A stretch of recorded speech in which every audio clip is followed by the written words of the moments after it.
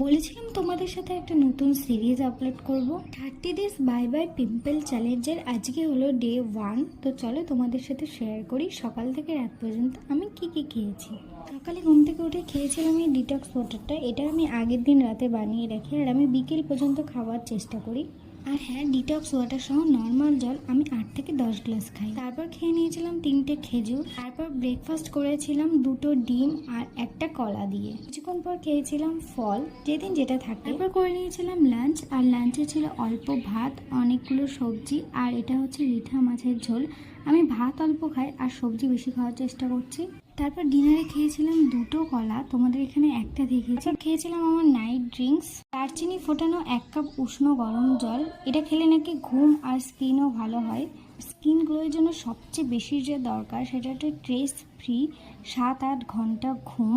আর যেটা না হলে আমার চ্যালেঞ্জটা কিন্তু একদমই কমপ্লিট হবে না। তাই এখানে আমি এখন ঘুমোতে যাব। তো চলো দেখা হবে নেক্সট সিরিজ। Okay, by.